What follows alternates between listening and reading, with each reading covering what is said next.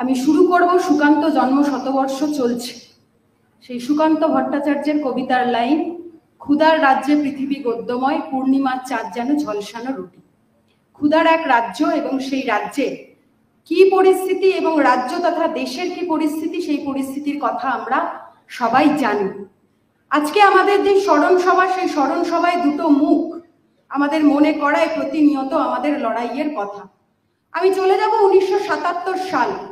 সেই 1977 সালে যে ক্ষমতা, যেখানে বামফ্রন্ট সরকার ক্ষমতায় আসে, ক্ষমতায় আসার পর যেখানে শিল্প ছিল না, কৃষি ছিল না, একটু একটু করে শিল্পের সম্ভাবনা তৈরি করার আগে কৃষিতে কিভাবে একটু একটু করে প্রতিদিন মানুষকে উঠে দাঁড় করানো যায় কৃষি এবং শ্রমিকের স্বার্থে, তৈরি হলো বিভিন্ন রকমের আন্দোলন। তার পরবর্তী সময় থেকে কৃষি ও কর্মসংস্থান, ভূমি সংস্কার, অপারেশন বর্গা, তার মধ্যে দিয়ে একটু একটু করে প্রতিদিন মাথা উঁচু করে দাঁড়ানোর সুযোগ কিভাবে করা যায় এবং মাথা উঁচু করে কিভাবে বেঁচে থাকা যায়, চাষির জমির অধিকার কিভাবে ফিরিয়ে দেওয়া যায়, সেটা আমাদেরকে দেখালো বামফ্রন্ট সরকার। আর তারপরে আমরা জানি SHG, সেলফ হেল্প গ্রুপ, স্বনিযুক্তি।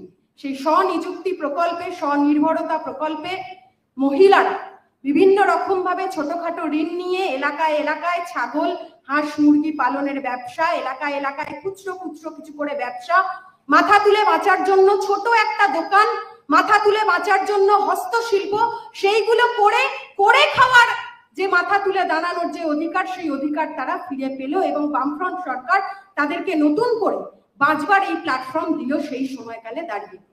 আমরা জানি তার পরবর্তী সময় এই কৃষিতে, শুধুমাত্র কৃষিতে বুঁদ হয়ে থাকা নয়, কৃষির মধ্যেই থাকা নয়, কৃষির পরবর্তী সময়ও যে একটা শিল্প গড়ে তোলা যায় এবং সেই শিল্পের সম্ভাবনায় যার নামটা আসে উঠে, তিনি হলেন আমাদের প্রয়াত কমরেড বুদ্ধদেব ভট্টাচার্য। বুদ্ধদেব ভট্টাচার্য, সেদিনকে বুদ্ধদেব ভট্টাচার্য তো একাই কাজ করেননি, বুদ্ধদেব ভট্টাচার্যরা যা বুঝিয়েছিলেন এবং গোটা পশ্চিমবাংলাকে সেই সময়কালে দাঁড়িয়ে যা দেখালেন, যা বোঝালেন, সেদিনকের দিনে দাঁড়িয়ে বুদ্ধদেব ভট্টাচার্যরা বোঝালেন আগে কৃষি, তারপরে আমাদের শিল্প। কৃষি আমাদের ভিত্তি, শিল্প আমাদের ভবিষ্যৎ। তৈরি হলো ব্লুপ্রিন্ট, তৈরি হলো নানান রকম ভাবে নানান শিল্পের আঙিনায় যেভাবে পশ্চিমবাংলাকে সুন্দর করে ঢেলে সাজানো যায়। আমরা জানি সেই সময়কালে দাঁড়িয়ে বুদ্ধবাবুর শিল্পায়নের যে প্রয়াস, সেই প্রয়াস গোটা পশ্চিমবাংলাকে একটা অন্যরকম জায়গায় নিয়ে গিয়েছিল এবং তার জন্যই মানুষ মাথা তুলে বাঁচার অধিকার ফিরে পেয়েছিল।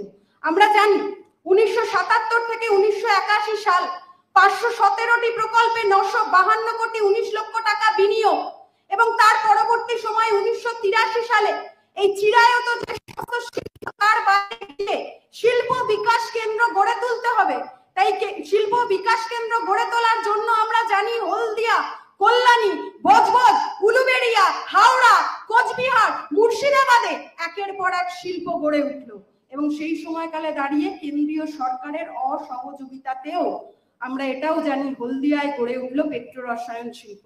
তারপরে সল্টলেকে ইলেকট্রনিক শিল্প এবং সেই সময়কালে দাঁড়িয়ে বক্রেশ্বরের তাপ বিদ্যুৎ কেন্দ্র অন্য রকমের পথ দেখালো। বক্রেশ্বরের সেই তাপ বিদ্যুৎ কেন্দ্র, রক্ত বিন্দু দিয়ে তৈরি করা সেই বক্রেশ্বরের তাপ বিদ্যুৎ কেন্দ্র আমাদের লড়াইয়ের অন্যতম হাতিয়ার, আমাদের লড়াইয়ের অন্যতম নিশান, পথ দেখালো বামফ্রন্ট সরকার। এবং তার পরবর্তী সময় আমরা দেখলাম 1991 থেকে 1999 সাল 300টি বড় এবং মাঝারি শিল্প প্রকল্প উদ্বোধন শুরু করে বিনিয়োগের প্রস্তাব সেই সময়কালে হয় 47,394 কোটি টাকা। একের পর এক আইটি সেক্টর এবং তারপরে টেকনো পার্ক গড়ে উঠলো। বেকার তরুণ যুবক যুবতীরা মাথা তুলে বাঁচার অধিকার, প্রতিদিনের যে কর্মসংস্থান, সেই কর্মসংস্থান তারা ফিরে পেল। এবং তার পরবর্তী সময়ে বড় চ্যালেঞ্জ তৈরি হলো, ম্যানুফ্যাকচারিং যে ভারী শিল্প, সেই শিল্প তৈরি করতে হবে। টাটা ন্যানো প্রকল্প, নন্দীগ্রামে কেমিক্যাল হাব এবং 2017 জানুয়ারি মাস থেকে 2010 সালের মার্চ মাস পর্যন্ত 2,64,631 কোটি টাকা এই শিল্পে বিনিয়োগ করার প্রস্তাব এলো। শিল্পের জন্য শিল্পের সংখ্যার প্রস্তাব এলো 915টি এবং বিনিয়োগের প্রস্তাব গড়ে এলো 289 কোটি 22 লক্ষ টাকা। সেই সময়কালে এইটা বলতে খুব ইচ্ছা করছে, সেই সময়কালে আমাদের তৎকালীন মুখ্যমন্ত্রী থেকে শুরু করে আমাদের শিল্পমন্ত্রীদের রাজস্ব যজ্ঞের মতন কোন রকম বড় বড় শিল্প সম্মেলন করে বোঝাতে হয়নি যে সেই সময়কালে বামফ্রন্ট সরকার দাঁড়িয়ে কি কি কাজ করছে। আমরা দেখলাম 2008-এর 8ই সেপ্টেম্বর মহাকরণের সেই স্মৃতি আমাদের মনে করায় যে বুদ্ধদেব ভট্টাচার্যরা প্রতিদিন এই নন্দীগ্রাম সিঙ্গুরের মতন শিল্প গড়ে তোলার জন্য প্রতিদিন লড়াই করছেন, এবং সেখানে দাঁড়িয়ে সেদিনকের দিনে দাঁড়িয়ে 2008 সালের 17ই সেপ্টেম্বর বুদ্ধদেব ভট্টাচার্যকে বিভিন্ন মিডিয়া ঘিরে ধরলেন এবং প্রশ্ন করলেন, আচ্ছা আপনাদের ওই 997 একর জমি থেকে কি অনুসারী শিল্প সরিয়ে নিয়ে যাওয়া হবে? তৃণমূল এমন কথাটা বলছেন, এবং তৃণমূল বলছেন যে টাটারা এসে নাকি ওখানে সুইমিং পুল করবে বলেছে। বুদ্ধদেব ভট্টাচার্য বিভিন্ন সংবাদ মাধ্যমকে থামিয়ে দিলেন, থামিয়ে দিয়ে তাদেরকে বললেন, আপনারা থামুন, এটা তো শুধু আপনাদের বলেছে, কিন্তু এই মন্ত্রিসভার বৈঠকে দাঁড়িয়ে উনি বলেছেন যে অনুসারী শিল্প মানে নাকি বিউটি পার্লার, অনুসারী শিল্প মানে নাকি ওয়াইন শপ। এই কথাও সেদিনকের দিনে দাঁড়িয়ে শুনতে হয়েছে, এবং মমতা ব্যানার্জি সেটা নিশ্চয়ই জানতেন কোথায় কোথায় এই ওয়াইন শপ, কোথায় কোথায় বিউটি পার্লার, কোথায় কোথায় ওই সুইমিং পুল তৈরি হবে, সেটা মুখ্যমন্ত্রী হওয়ার আগেই উনি জানতেন। তাহলে আজও পর্যন্ত প্রমাণ করতে পারলেন না কেন? এবং এটাই আমাদের প্রমাণ করে সেদিনকের দিনে দাঁড়িয়ে বুদ্ধদেব ভট্টাচার্যের মতন মানুষেরা সেদিনকে কি তৈরি করতে চেয়েছিলেন, এবং একটা মাত্র প্রমাণ আজকের দিনে দাঁড়িয়েও জোগাড় করতে পারেননি, একটা মাত্র কালো দাগ তাদের গায়ে লাগাতে পারেননি। ওরা বড় বড় কথা বলেছে এবং শিল্পের নামে নানান রকম কথা বলে মানুষকে বিভ্রান্ত করার চেষ্টা করেছে। আমরা দেখলাম সেই সময়কালে দাঁড়িয়ে কি তৈরি হলো অন্য রাজ্যের কাছে। আমাদের এই রাজ্য সস্তা শ্রমের বাজারে পরিণত হলো, চাকরি নেই, হেভি ইন্ডাস্ট্রি, সেই ইন্ডাস্ট্রিগুলো নেই। এবং সেই সময়কালে বামফ্রন্টের সময় সাহসী পদক্ষেপ ছিল যে ছোট উদ্যোগগুলোকে তৈরি করে আরো কি করে বড় উদ্যোগ তৈরি করা যায়, সেটা সেই দিনকার দিনে দাঁড়িয়ে আমাদের বামফ্রন্ট সরকার দেখিয়েছিল। বাম আমলে শিল্প ছিল মানে উৎপাদন ছিল, বাম আমলে শিল্প ছিল মানে বিনিয়োগ ছিল, কারখানা ছিল, বিদ্যুৎ ইঞ্জিনিয়ারিং থেকে শুরু করে কেমিক্যাল, টেক্সটাইল, দেশি বিদেশি বিনিয়োগ আনার চেষ্টা করেছিল। কৃষির পাশাপাশি শিল্পকে দাঁড় করানো এবং গ্রামীণ অর্থনীতি মজবুত করা, এটা ছিল বামফ্রন্ট সময়ের সেই সময়কার প্রতিদিনের যে নীতি, সেই নীতির অন্যতম প্রণয়ন। আর আজকের দিনে দাঁড়িয়ে এই তৃণমূল সরকারের আমলে শিল্প মানে রিয়েল এস্টেট। প্রতিদিন আমাদেরকে বোঝাতে চাইছে কাটমানি দুর্নীতি, সেই কাটমানি দুর্নীতির কথা আমরা দেখছি, শুনছি। Housing project, shopping mall, hotel, tender, chit fund, অস্থায়ী কর্মসংস্থান, প্রতিদিন বেকার যুবক যুবতীকে পেছনের সারিতে নিয়ে যাচ্ছে। এবং সেইখানকার দিনে, এখনকার দিনে দাঁড়িয়ে ইকুইক ইন্ডাস্ট্রি, মাইক্রো ফিন্যান্স পুঁজি ঢালছে, বড় বড় কেলেঙ্কারি ধরা পড়ছে। অর্থাৎ বাম আমলে শিল্প মানে ছিল উৎপাদন আর দীর্ঘমেয়াদী উন্নয়ন, আর তৃণমূল আমল মানে দ্রুত মুনাফা আর ভোগবাদী উন্নয়ন। এই দ্রুত মুনাফা আর ভোগবাদী উন্নয়নের করাল গ্রাসে প্রতিদিন এরা শেষ করতে চাইছে।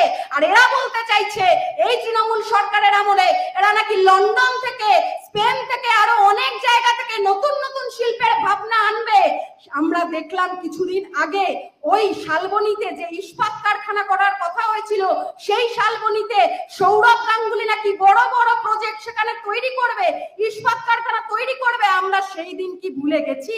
সেদিনকের দিনে দাঁড়িয়ে আমাদের প্রয়াত কমরেড বুদ্ধদেব ভট্টাচার্য যখন ইস্পাত কারখানার উদ্বোধন করে ফিরছিলেন, সেদিনকে এই তৃণমূলের দোসর ছত্রধর মাহাতোর সঙ্গপাঙ্গরা সেদিনকের দিনে দাঁড়িয়ে আমাদের এই বুদ্ধদেব ভট্টাচার্য গাড়িকে ল্যান্ডমাইন দিয়ে উড়িয়ে দিতে চেয়েছিলেন। আর সেদিনকের দিনে দাঁড়িয়ে ওরা শিল্পকে শেষ করতে চেয়েছিল। আজকে ওদের মুখে শিল্পের বড় বড় ঢপ, চপ পকোড়ার শিল্পের মতন এক একটা কথা আমরা মানবো না। তাই আমরা চাই, আমরা প্রতিদিন যে শিল্পের কথা আমরা বলছি, সেই বুদ্ধদেব ভট্টাচার্যের সেই প্রতিদিনের স্বপ্নের বাংলাকে আমাদের বাঁচাতে হবে। তাই শিল্প চাই, কাজ চাই, ভবিষ্যতের দিশা চাই, বাংলার আকাশে নতুন সূর্যের উদয় চাই। বুদ্ধদেব ভট্টাচার্য এই কথা বলেছিলেন। তাই কৃষি হোক আমাদের মাটি, শিল্প হোক আমাদের আগামী প্রভাতী, এই দুই মিলে গড়ব আমরা সোনার বাংলা, নতুন সম্ভাবনা। কৃষি আমাদের শক্তি, মাটির ভিত্তি, শিল্প আমাদের স্বপ্ন, আগামীর দিশা প্রতীতি। বুদ্ধদেব ভট্টাচার্য দেখালেন সেই পথ। বাংলা জাগুক, কৃষি শিল্প মিলিয়ে একসাথে আমরা একসাথে লড়বো, একসাথে বাঁচবো। ভাঙা বুকের পাঁজর দিয়ে বুদ্ধদেব ভট্টাচার্যের বাংলায় নতুন শিল্প কর্ম, এই হোক আমাদের আহ্বান, আগামীর লড়াইয়ের প্রতিজ্ঞা। এই কথা বলে কমরেড সীতারাম ইয়েচুরি এবং কমরেড বুদ্ধদেব ভট্টাচার্যকে স্মরণ করে শ্রদ্ধা জানিয়ে এবং তাদের শপথে একসাথে সুর মেলাবার জন্য সবাইকে আহ্বান জানিয়ে আমি আমার কথা এখানে শেষ করছি। ইনকলাব জিন্দাবাদ, সিপিআইএম জিন্দাবাদ, বিপ্লব দীর্ঘজীবী।